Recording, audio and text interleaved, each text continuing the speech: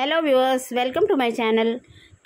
నాగ్ అశ్విన్ తీసిన కల్కి movie 2898 AD చాలా హిట్ టాక్ తెచ్చుకొని బాగా నడుస్తుంది థియేటర్స్లో. అయితే ఈ మూవీ గురించి మనము సోషల్ మీడియాలో ఒక డిబేట్ జరుగుతుంది. ఈ మూవీలో యాక్చువల్గా ప్రభాస్ని కర్ణుడుగా చూపెడతారు. కర్ణుడు అర్జునుడు కన్నా గొప్పోడని అయితే చూపెడతాడు. ప్రస్తుతం సోషల్ మీడియాలో ఒక డిబేట్ నడుస్తుంది, నిజంగా కర్ణుడు అర్జునుడు కన్నా గొప్పోడా అని. అయితే కల్కి మూవీలో చాలా క్యామియో క్యారెక్టర్స్ ఉంటాయి. విజయ్ దేవరకొండ, దుల్కర్ సల్మాన్ వీళ్ళంతా ఉన్నారు. నాగ్ అశ్విన్ ఈ మూవీతోని టాప్ డైరెక్టర్గా తెలుగు ఇండస్ట్రీలో మారిపోతాడు. మహాభారతం సీన్స్ని చాలా బాగా తీశాడు. కాంప్లెక్స్, కాశీ, శంబాలా అని 3 డిఫరెంట్ వరల్డ్స్ని క్రియేట్ చేశాడు. ఆయన విజన్కి సలాం కొట్టచ్చు. ఆయన విజువల్స్కి అయితే ఎంత బాగా తీశాడంటే ఫస్ట్ హాఫ్లో వరల్డ్ బిల్డింగ్ క్యారెక్టర్స్తో టైం తీసుకున్నాడు.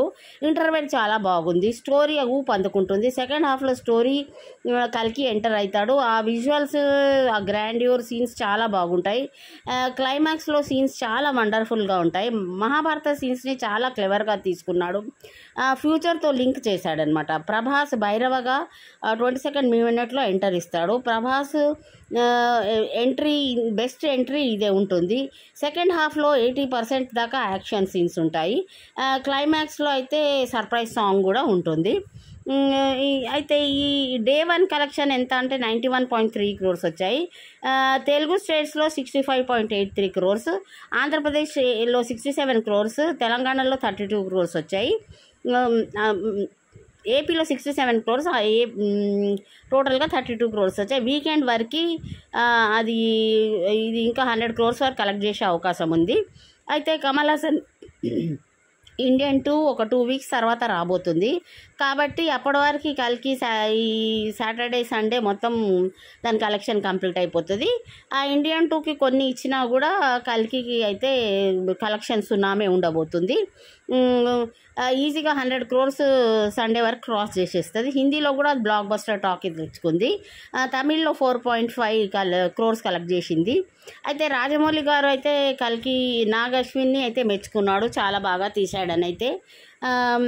ఈ కల్కి దగ్గర అయితే యాక్చువల్గా మనం పురాణాల్లో అయితే కల్కి దగ్గర ఒక గుర్రం ఉంటుంది, ఒక మాట్లాడే చిలుక ఉంటుంది. భైరవ, ఈ సినిమాలో ప్రభాస్ పేరు భైరవ దగ్గర కూడా ఒక స్పెషల్ కార్ ఉంటుంది, బుజ్జి అని మాట్లాడేది ఉంటుందన్నమాట.